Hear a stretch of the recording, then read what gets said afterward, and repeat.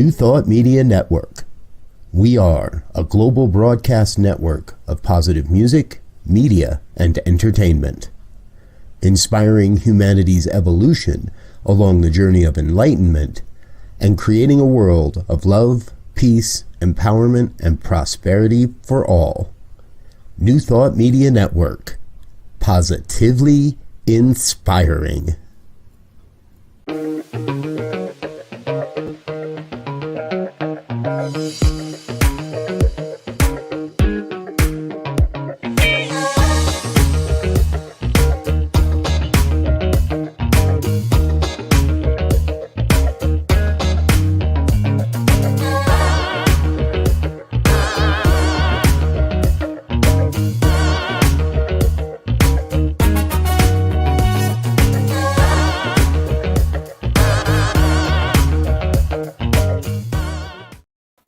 And hello again, dear ones. Rev Briz with you over here. Rev Z right here.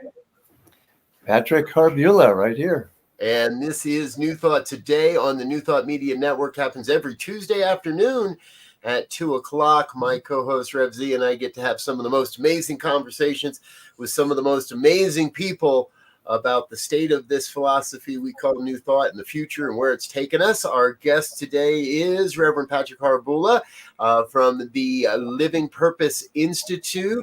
And we were talking before the show. You said that you've been in this philosophy since the early 80s. So you've got some time on me, that's for sure. But Patrick, please introduce yourself, share with our audience anything else they might need to know before we get our conversation started here today. Well, introduce myself. I'm all about joy. That's just at a workshop the other day called The Joy Factor, A Life of Infinite Freedom. That is the title of one of my manuscripts that's in process as well. I'm the author of The Magic of the Soul, which pertinent to our teaching is used as curriculum. We just revised, in fact, it's been used as curriculum for almost 20 years now, through first RSI and now through Centers for Spiritual Living. And we just revised the curriculum about a year ago, and it's now called The Journey of the Soul as the curriculum. So, I would say it combines a lot of spiritual psychology, transpersonal psychology, and New Thought. And I think that's why it's become such a valuable resource for our teaching, because it brings together the concepts and practices of New Thought as well as spiritual psychology. Beautiful. Yes. Thank you. And now you're located in California, Ventura County, and what we learned is born and raised there. So that means that you were sort of in the path of Hurricane Hillary. Is that not true? We sure were. In fact, I was sharing with you guys that I did at the North Hollywood Church of Religious Science. I spoke on Sunday, and here's the funny thing, and I said this from the stage, that the last time I spoke there, we were in the peak of a worldwide pandemic, and this time we're in the midst of a hurricane, right in the eye of the storm. So I said, I guess I only show up when there's some kind of major calamity. But I'm not taking full responsibility. Maybe I'm there to be a healing force. So we did a workshop in the afternoon that I thought we were going to cancel, called The Joy Factor. And at the first service, I said, if we were presenting the most powerful workshop ever presented in the world, how many would show up? And a bunch of people raised their hand. And I said, how about the second most? Anyway, we laughed at that, and then 20 plus people showed up. So we did the workshop in the midst of the storm, and then an earthquake right in the middle of it as well. Oh, wow. So I heard about that. 5.1 and only 10 miles deep, right? So, yes, Southern California got to see it all.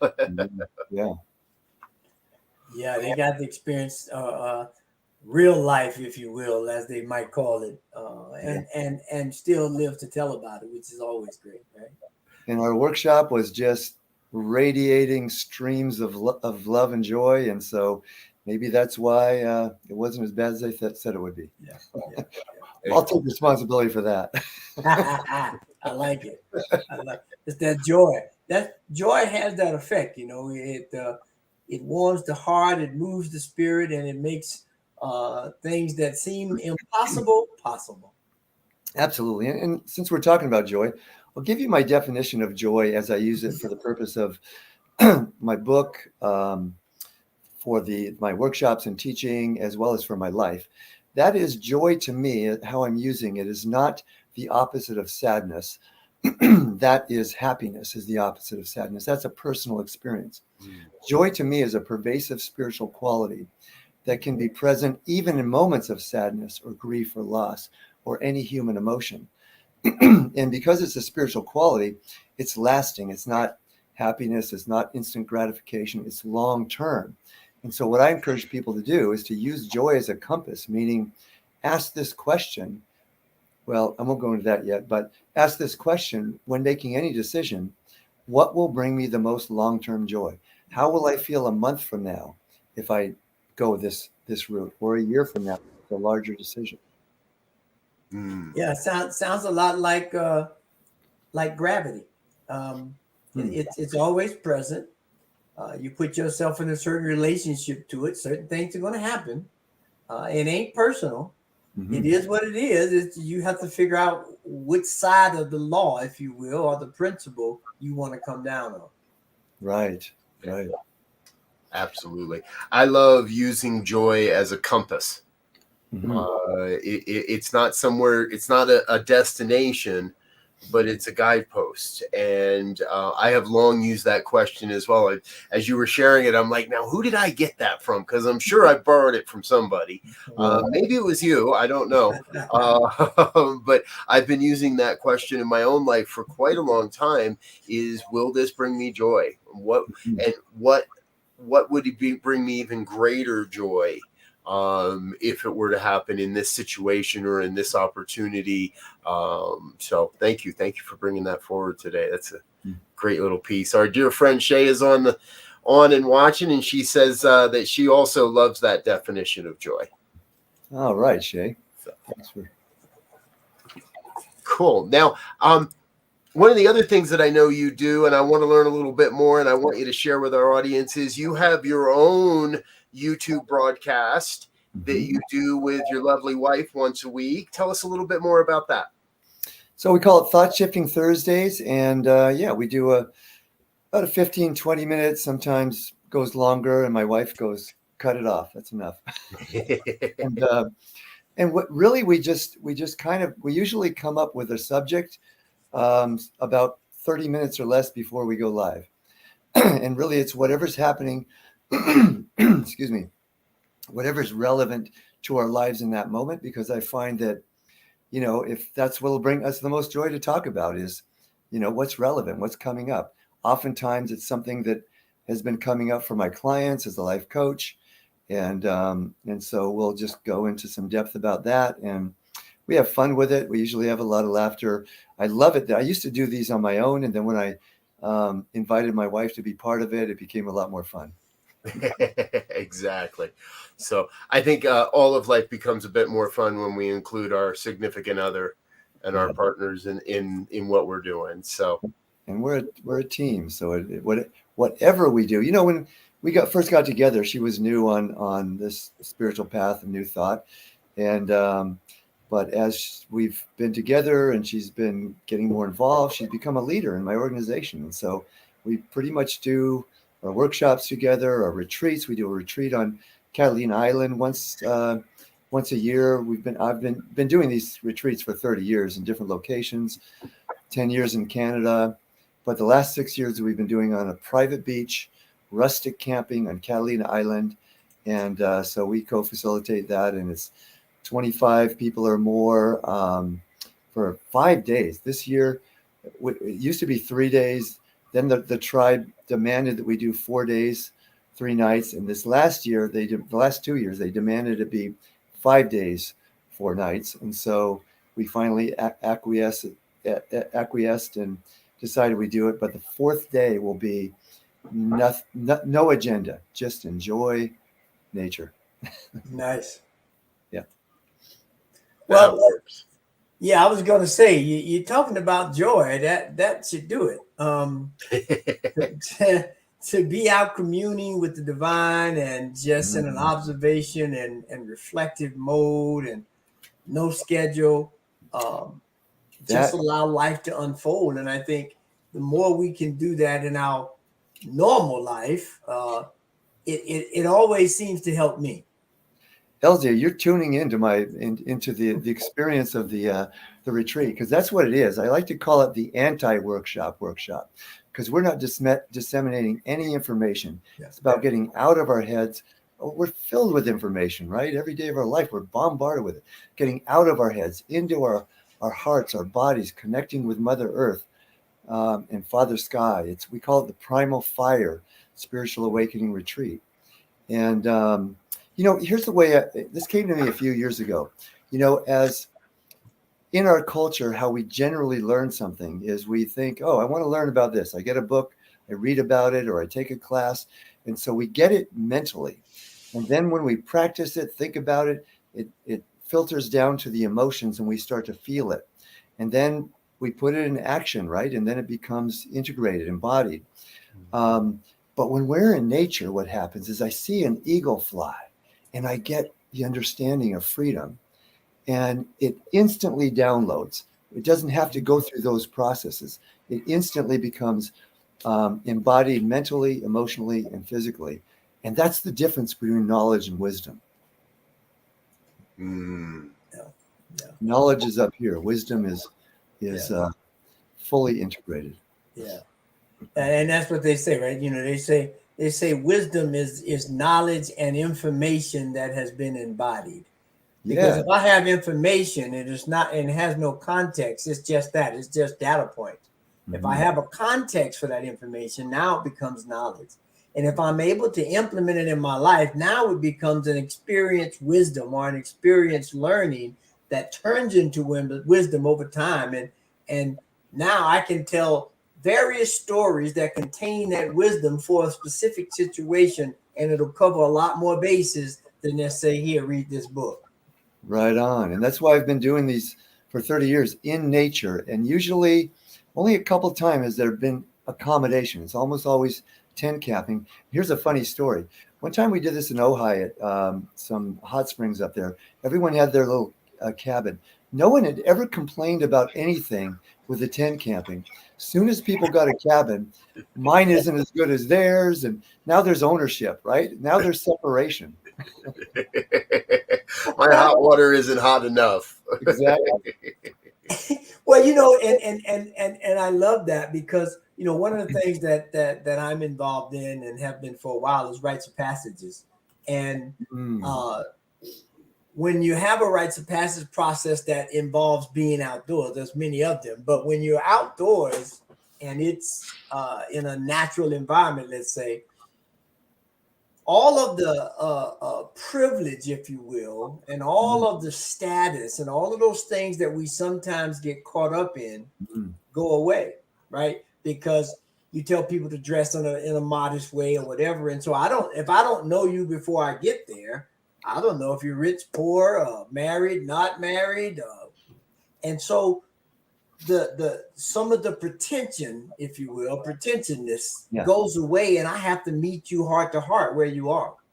Yeah. Again, you're tuning right into our retreat because, what we tell people is just be who you are in the moment. If you're sad, cry. If you're angry, shout at the ocean. If you're joyful, laugh out loud. And when how often do we have permission to let go of our roles and just be who we are in the moment? People are given that kind of permission. What needs to be healed just comes up easily and effortlessly. And then because and everyone finds that they're being loved for just who they are in the moment. And of course, because there's no showers, it's rustic camping, no, people's hair is a mess. And find out. And then we actually had this started a couple of years ago.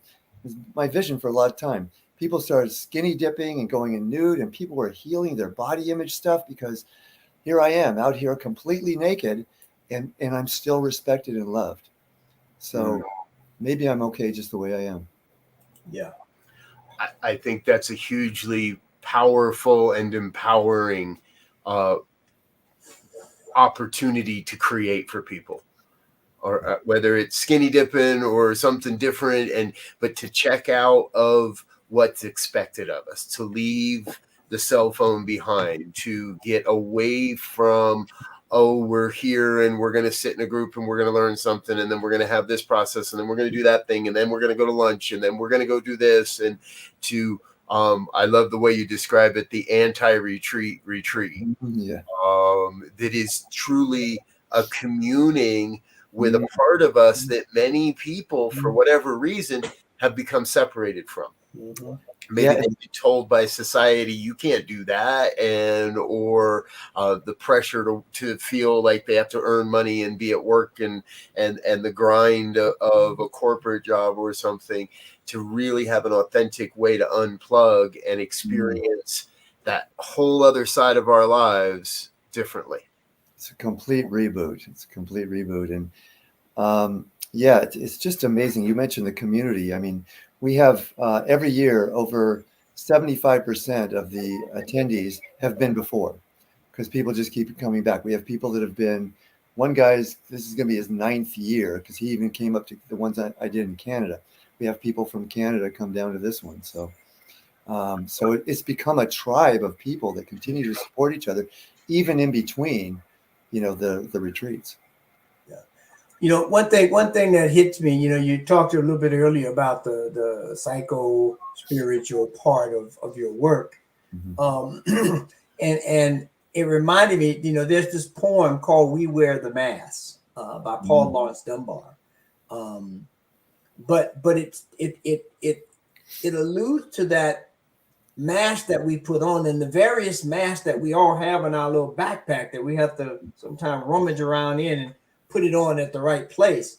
And when we can get beyond that and as you say, stand and deliver and not need the mask, it begins to allow us to really get in touch with the oneness of it. Like you said, people get in that experience and they can get into the oneness, and they don't have to hide, and they don't have to shame or feel shame. And then over time, they forget the mask, right? And which again opens up for this oneness, which opens up this experience of joy, because I don't have to get ready to go out to a dinner party and change my clothes 10 times just to make sure I'm looking like whatever when I get to the dinner party, and not feel self-conscious.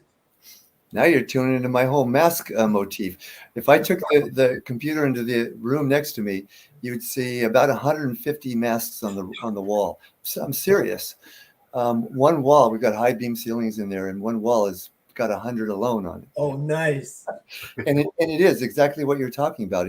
And every one of us has every one of the expressions, of every mask there within us, right? We are a collection of beings.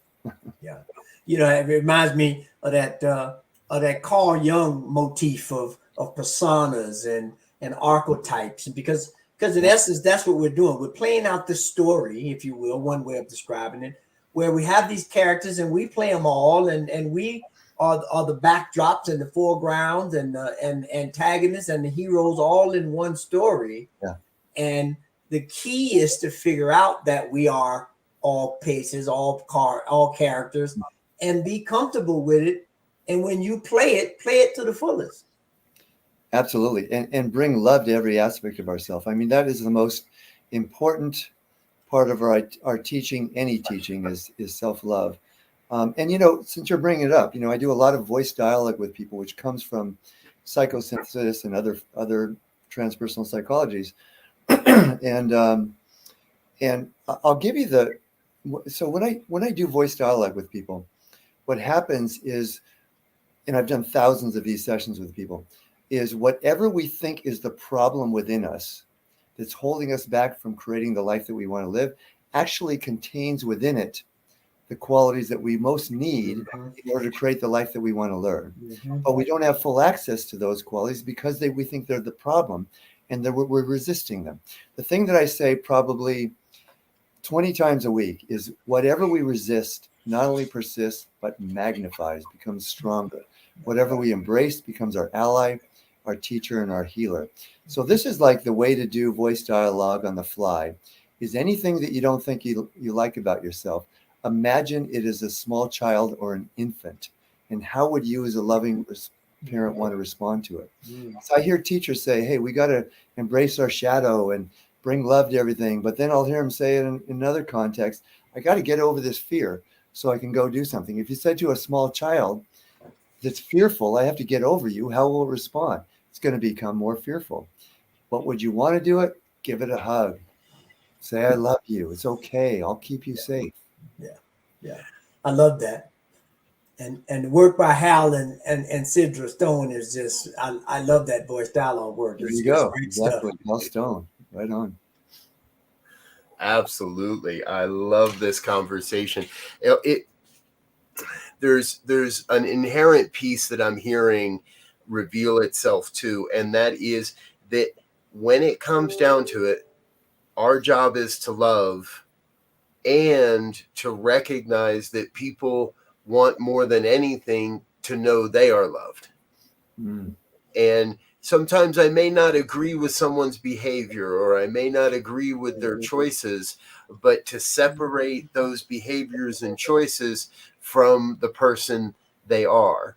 And for me, the masks represent that visual reminder of I am that I am. I am that. I am that. I am that. And I am that. And I am that as well. And in all of it, if I can love all those aspects of myself, I can love all those aspects of those around me as well. And that's where I think real transformation occurs. Yeah. I know that's the essence of it, right? That's the essence of everything. Love is the answer to every question. There it is, folks. 22 minutes in, and we've solved every concern of the world. Yeah, it's like that song. I love it. That I forget the title, but the chorus line is, we are here to love, serve, and remember. And that's just why have you come to earth? Why have you, took this moment to be here? And it's to love, serve, and remember. That's the answer to them all. You're right. I agree. Beautiful. Well, folks, we need to take a quick break and let some of our sponsors say hello, learn a little bit more about what we're doing here around New Thought Media Network, and give our guests a quick chance for a sip of water and a breath of air as well.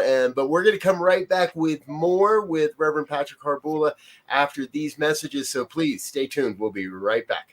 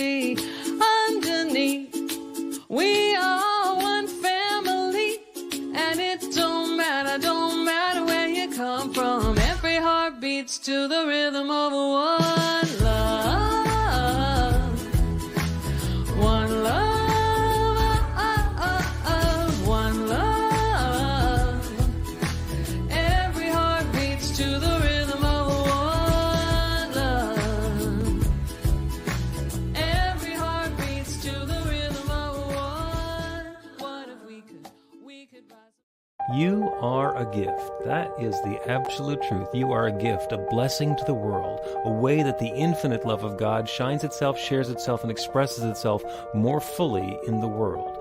You are a gift and a blessing. Please take that seriously. Take it as your honor. Take it as your opportunity to be a light that shines for others. Be that bright light of God's love that's the truth of who you are. And enjoy it, because you deserve it.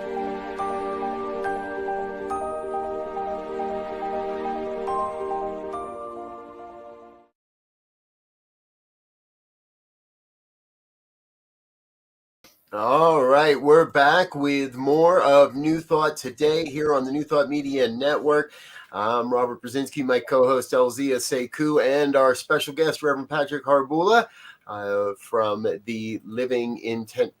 I just did it. I knew I was going to mess it up. The Living Purpose Institute, forgive me. And we've been sharing already this afternoon, about love and retreats and getting unplugged and getting back to our natural side of life. And, Patrick, one of the questions we always like to ask people here is help us to, or if you would, share with us, what is your vision for where New Thought, this philosophy and all its various forms and iterations and ministries, what do you see as kind of the future, maybe of your ministry specifically, but also the greater movement coming in the world? Yeah, well, first off, I'll say that there's so much talk in the movement today about doing church differently, right? I mean, we changed the name to Centers for Spiritual Living to get away from religiosity and other reasons as well. Excuse me. And so there's a lot of focus. My ministry is a focus ministry. There's a lot of focus ministries out there that are expressing our teachings in other ways than brick and mortar, Sunday service things. And I've never had the desire to be a pulpit minister. Somebody asked me the other day, where's your ministry? I said, everywhere. And so, but I respect people that do. I know that's quite a job, holding down a fort like that. But I love to see so many ministries out there that are doing so many service projects that are bringing these teachings through service, to the community. We do sweat lodges here at my home, ceremonial sweat lodges, non-traditional sweat lodge. And we have a lot of young people that come here that would not be introduced to these teachings if it wasn't for finding it through a very different kind of practice or ceremony. And the amazing thing is that these young people who come to these ceremonies, and in their sharing, when we pass the talking stick, and in their prayers that they say, in Mother is the Womb is what we call the sweat lodge, are as profound and wise as the most celebrated teachers in our movement, because the information that was shared through through books and classes and things is now everywhere on the internet. It's on everyone's phone every day.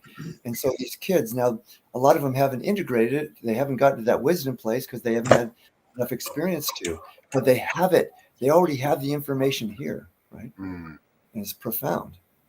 Yeah.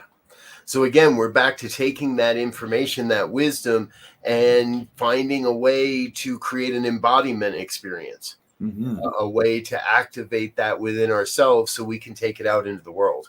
Right. And also, go ahead. No, I was just going to say, and the key, I think, is what we've been talking about is how do you package, for lack of a better word, the content with the context, with the actual experiment, if you will, at the right level, right? Because we have these different styles of learning, audio, tactile, kinesthetic, or whatever, right? So if I'm dealing with a kinesthetic person, if all I'm doing is talking, they're like, yeah. They don't hear any of it, or they don't even hear it, right? So you have to find enough to get them to draw them in, and then you got to switch gears, or vice versa. Another person, you got to be able to switch these gears, which calls for us, as they say, having religious services or spiritual services and practices in a different way and in a variety of different ways. Yeah. That is such a great point. I've been saying for years that I think one of the reasons our movement, Science of Mind, is not as popular as a lot of other self-help things out there is our number one practice that we emphasize is primarily auditory, spiritual mind treatment. It's what you hear, right? And I think spiritual mind treatment becomes more relevant to more people when I see people, and I try to bring visualization into it, bring feeling into it. So for the kinesthetics like me, right? And the other, Robert, you want to say something? Well, I think you just struck on something that I'd never quite articulated. And because if our primary form of connection is auditory, that means every one of us is a singer. And I don't always like I don't like the same singers as you do. I don't like the same artists as other people do. Some people's voice get on my nerves and I can't hear what they're singing. And other people, it's like angels pouring their heart out. And I'd never quite equated it this way because I'm absolutely in agreement with you. We have to have something more than just, oh, I've heard these types of words before, and a judgment call as to whether I like your voice or not, whether I like the way you present it, and find a way to give younger folks, people new to the philosophy, a way to engage and interact that isn't reliant on, I'm going to tell you how to feel and I'm going to blah, blah, blah, blah, blah, write it at you over and over again. Yeah. You know, and the most important thing I'm going to say, we already touched on it, self-love. I feel, and I was saving this getting up on my soapbox about this until this part of the program about the future of New Thought. You know, I would say I've said this from the stage many times that I feel that I'll throw out some numbers. People could argue with this, but that somewhere around 75% of our teaching is how to manifest what we want. And then we have another 20% or so that's focused on spiritual practice, including meditation, which I'm a meditation trainer for almost 40 years. So I love that. And that might include some self-love, and then maybe 5% specifically on self-love. But here's the thing. You could know all of the principles and practices on how to manifest what you want. But if you don't love yourself, you're not going to manifest any more than you feel you deserve. And what we deserve is completely tied in how much we love ourselves. And even in our program, I meet many practitioners, some ministers who know these principles, practice them, but don't have a high degree of self-regard. And therefore their lives are not where they want them to be. So if I believe for New Thought to become more relevant, that we need to shift that percentage on its axis. And first year science of mind, whatever we call 101 now, ought to be all about self-love. Yeah. Well, you know, I think another key there that you made clear to me is, you know, we 75 plus or minus on manifestation, and almost all of that manifestation is for me, right? Which does not give us the greatest opportunity to share that love of manifestation with others, right? So we get back to that love, serve, and remember. Yeah, I need to learn how to do the manifestation, but then at some point I need to switch gears with that and serve others and give them ways and means, if you will, to learn how to manifest. And as you said, it comes directly out of self-love. I mean, how many pair of shoes do I need to prove that I can manifest? You know, how many parking spaces do I need to find right when I need it? I mean, goodness gracious. At some point, okay, this thing works. How do I begin to help others see it? And then we begin to get a bigger magnet so that manifestation comes into a great community, a great school system, a great candidate for this office.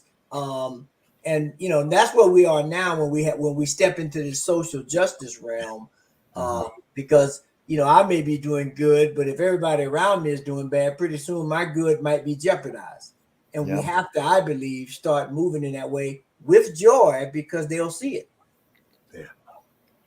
You know, I think one of the greatest tools we have in our that's been developed in our system in recent decades is Michael Beckwith's kingdoms of consciousness, the 4 kingdoms of consciousness or stages of consciousness, right? So stage 1 is victim consciousness, life happens to me.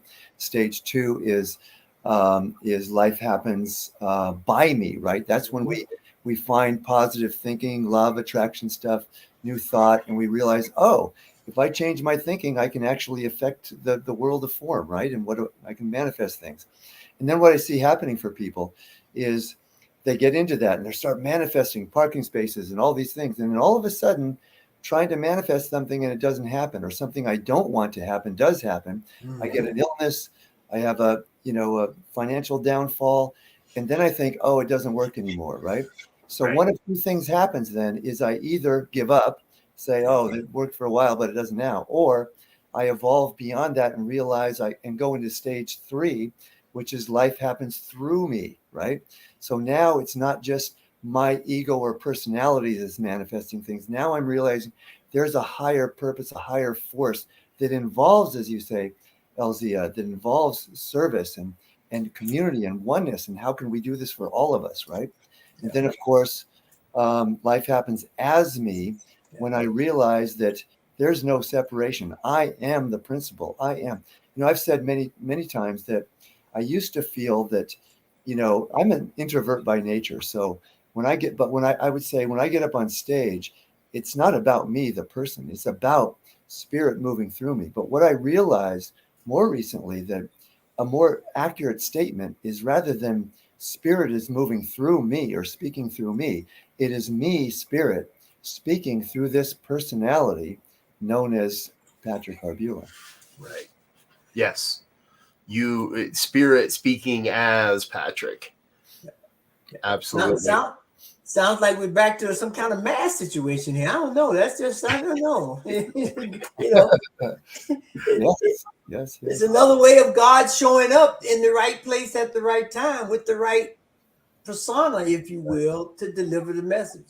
Right. And you know what? You said this, Elzia, that what I've found is, a lot of people, say get rid of the ego. The way to heal the ego, and there's nothing wrong with the ego. It's just a younger part of us that needs love. That's it. People want to get over the ego. Guess what? You resist that, it gets stronger. But I have found that the most profound and effective way to heal ego or to evolve it is through a path of service. Yeah. And the further we go down that path of service, what I find is the more we recognize it's not about me, the personality. It is about the oneness that we all are. I like to say that we is the new I. We is the new I. Yeah. Beautiful. I want to borrow that one. We is the new I. I like that. And in all of this, I want to reiterate a point that I heard, and that is, truthfully, if we spend the first 75%, if we spend the first months in this learning how to manifest, but we haven't come to love ourselves, it all just becomes malpractice. We're manifesting things that aren't going to serve. They're going to prove to us we can do this, but then we're left with the question of, well, why the heck did I call that into my life? First, so I'm really, really jiving on the to remind people we want to get to that self-love first. We want to get to that self-love as rapidly as we can, because then from there the demonstrations are in alignment. From there the healings are effective. From there we can open up to a greater vision. From there we actually can embody and understand how to flow with these four kingdoms of consciousness. So it's we don't set out to do this, but in some ways there's I think there's a call to organizations to let's reimagine and re-envision how we teach this philosophy, how we introduce this to people, and what tools and how to use those tools we give them first. Rather than just, let's go find some parking spaces and then we'll figure it out from there. Yeah. And that reminds me to say that, and I've said this many times, that, if a person is filled with self-love, you could, well, let me turn it around. You could have read every sacred text that's ever been written, memorized the Science of Mind textbook, and everything else. But if you don't have self-love, you're not going to have a joyful life. If you have a high degree of self-love and are experiencing joy in your life, you don't have to know any of it. You will just naturally be manifesting a joyful life, because that's what it's all about. That's what all these teachings are designed to get us to, is this overflowing experience of love, because that's all we really are, is pure love. And you just hit a real touchstone with me in that, oftentimes people misunderstand self-love for selfishness. Yeah. Because it's not always articulated in a manner that they can understand what that means. And I know for me, I had to switch that mode into a thing of, I need to love myself because it gives me permission to understand the process that someone else is going through when they don't show up the way I think they should or the way I expect them to. I think I just got dropped there. Yeah, I don't know if you can still hear me if I'm all the way out, but this idea of self-love, when it's put in this proper perspective, it really gets me in touch with how to love you. And I think that's the key, because now things that I look at in judgment or in criticism or in any of that kind of stuff, I'm thinking, well, shucks, that was just me a half a second ago. Who am I judging? Myself. Okay, I got to put that in check, because that was just me. And some of that stuff falls away, and we can begin to really exchange at a heart level with people. And I think that's, when that, like you said, like your retreats, when people are in that mode, they begin to experience and find things out about themselves and others that they never would have found out in a guarded kind of a position, if that makes sense. Right. And the litmus test for whether it's love or selfishness, right? Mm-hmm. Self-love or selfishness is this. Mm-hmm. If I'm loving myself in a way that it feels like I am separate from other people, then it's ego. But if I'm loving myself in a way that it connects me to other people, then it is true love, spiritual love. What else is I going to say about that? It'll come back to me in a second. Yeah. No worries. As we've been sharing this piece, I keep hearing the Ricky Byers song. I love myself so much that I can love you so much. Yeah. So you can love you so much. So you can start loving me. I know what I want to say. Thank you. That's great. That the true test of self-love, that you were talking, Elsie, about that critical dialogue that goes on.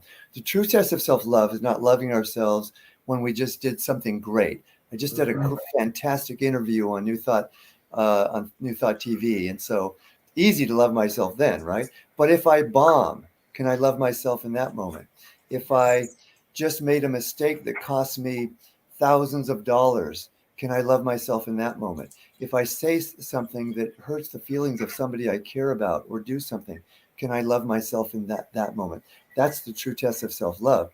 So what that means is the only time I can exponentially raise my level of self-love is when things are looking, they're bleakest, right? Mm-hmm. So rather than judging myself, criticizing myself, this is an opportunity to love myself no matter what. That's the phrase I give to people. And I often ask the question of clients, if I feel self-esteem is an issue, on a scale of 1 to 10, how much do you love yourself? And I'm amazed at the honest answers I've got. I've had people say 2, 1. I've gotten zeros. If it's 5 or less, it's the most important work one can do. If it's below a 10, there's room for improvement. So the affirmation I give to people is I love myself no matter what. Mm. I stumbled this morning onto a YouTube clip by, I forget the name. It's a South African chorus. They were auditioning for Americans Got Talent.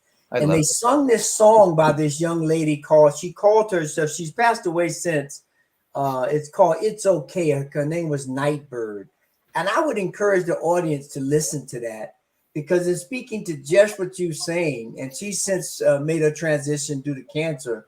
But the lyrics and the song and the way they sung this gives you that exact feeling in words and feelings, because you feel the words that they're talking about. She says something like, I moved to California to change my mind, and then I changed my name. Well, I moved to California to get out of a situation. I changed my name to change my mind, and I'm still right there. Right. And it's okay. Wherever you go. Exactly. Hey, I put that mantra up on the screen for everybody. So we're going to embed that in our consciousness for the next 10, 15 minutes before we end this program. And that's part of how we embody these things, right? Reminding ourselves over and over, no matter what, I love myself no matter what, because we're going to make mistakes. We're divine beings living in these human suits and having these human experiences. We're going to step on toes. We're going to say the wrong thing. But if we can remember, I love myself in this, it's a lot easier to say, and I apologize for what I've just done. I want to make that up to you because I love myself way too much to leave that hanging. I love myself way too much to walk away and leave someone hurt or wondering or questioning who I am and how I'm showing up.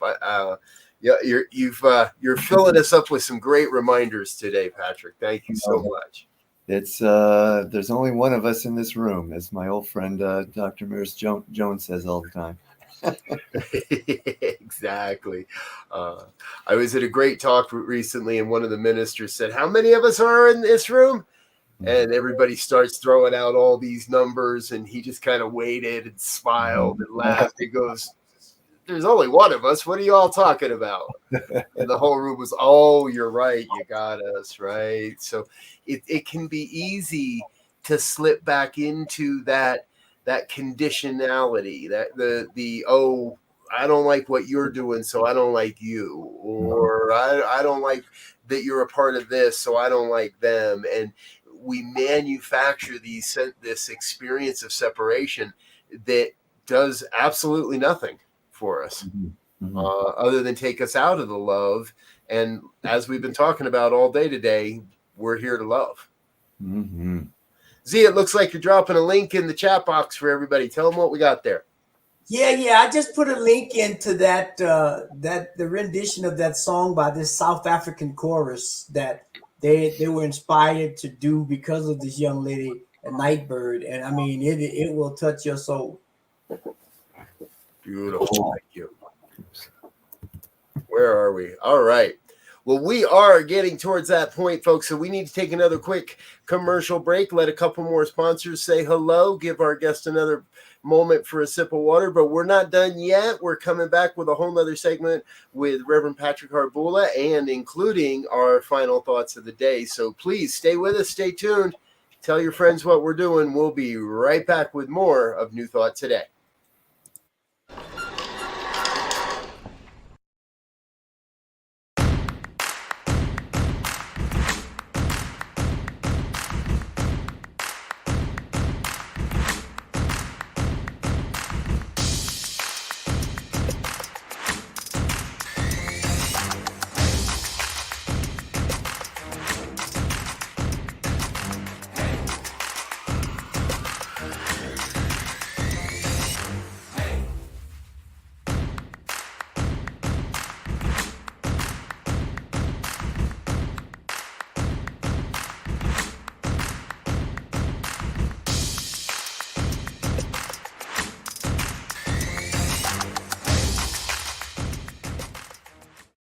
New Thought Media Network is on the rise.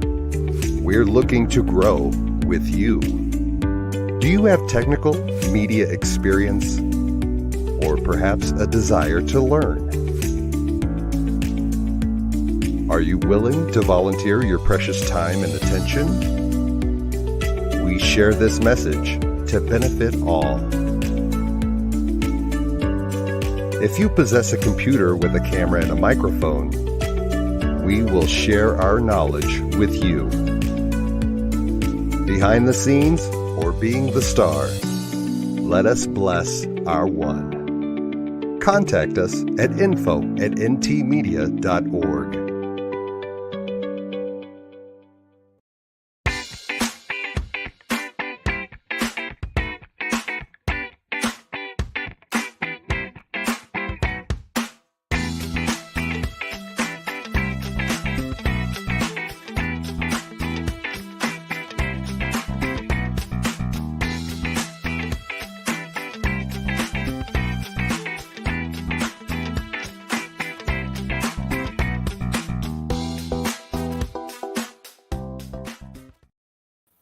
And we're back with more of New Thought Today here on the New Thought Media Network. Our special guest today, Reverend Patrick Harbula. So, Patrick, give everybody again a little, a quick rundown. How do we stay in touch with you? What's the best way to connect with you, learn more about your ministry, and all of that stuff? All right. Well, first off, I'm going to make an offer to your viewers, and that is, and I do this sometimes especially for some of my favorite interview venues, and this one is one of those. So, and that is that I will offer you a complimentary spiritual life coaching session with me if you just send a message to my email. I put in the chat. It's easy to remember, the same title as my book, Patrick at magicofthesoul.com. You can also find our website at livingpurposeinstitute.com. And I just love to do that. It might take a little while, first come, first serve. We're booking out into October right now, but I love to connect with people and love to support them in whatever way I can. So definitely that offer's out there. What else? I'll give you my phone number. You can text me, 805-469-9847. However you want to contact me, feel free. Beautiful. Thank you. And that's a wonderful offer, folks. If you didn't hear that, a free coaching session, that's not to be missed. That's a great offer, and might take a couple months to get to you, but we'll get, I know Patrick, he'll get to you before, as soon as he can on that. So thank you for that. That's a great offer. Appreciate that. All right. Well, folks, before we do run out of time, again, we want to say thank you for being with us. Please look up Patrick's website, Living Purpose Institute. There it is again. And that email one more time, Patrick at magicofthesoul.com. So, all right, before we run out of time, we always like to save a few minutes at the end for our final thoughts and a chance to kind of wrap these up. And as is the case, I'm going to let Elzia go first, and then that way, between the two of you, you'll cover everything, and I'll have to make something up. Well, it's been a pleasure just hearing from Patrick and trying to contemplate in my own life what joy looks like. So my final words would be, everyone take a few minutes and kind of define what you want joy to be in your life, and if you're experiencing it or not. And if you're not, figure out what kind of adjustments. I know I need to take a little dose of that. So that's my advice, if you will, which I know we don't give advice. So that's my suggestion. Beautiful. Thank you. And Reverend Patrick. I love simplicity. I'm going to bring our teaching down to the simplest common denominator, and that is this. When we can live consistently from an inner experience of freedom, joy, any spiritual quality, abundance, everything in life lines up with that. We tend to think it's an outside-in game. When I get a better job, when I find my soulmate, when I have more money, then I'll be happy. Never works that way, because that's pushing it out into a future that may never come. If I can simply nurture those feelings, those qualities on a day-to-day, hour-to-hour, minute-to-minute basis, meditation's a great way to do that. Then everything in life will work itself out. Beautiful. Like I said, folks, they take all the good material and then I get to make something of it. Actually, you both left me the perfect piece of our conversation today, and that is love. Love more. Love more, love unconditionally. And here's what I think is one of the primary keys: start with yourself. It all begins with you. So thank you for being with us. We're going to say it straight up. We love you. You're amazing. We look forward to being with you again. Patrick, will you come back and visit again sometime? Would absolutely love to. Oh, let me say that the retreat is next month. If anyone's interested, look us up. We might be able to still get you in. Okay. Oh, wow. There we go. And you can learn more about that on the website, folks. So check that out as well. All right. This is New Thought Today. We're out of here for now. Join us again next week. And of course, I have absolutely forgotten who our guest is next week. Let's figure that one out real quick. We have so many wonderful guests on this. Yes. Next week is Reverend Shad Groverland. Executive Director of Unity Worldwide Ministry. So plan to join us for that as well. And Patrick, don't go anywhere. We'll get scheduled for another appearance once we finish up right here. So thanks for being with us, folks. Until next time, we wish you peace and richest blessings. Bye now. My joy.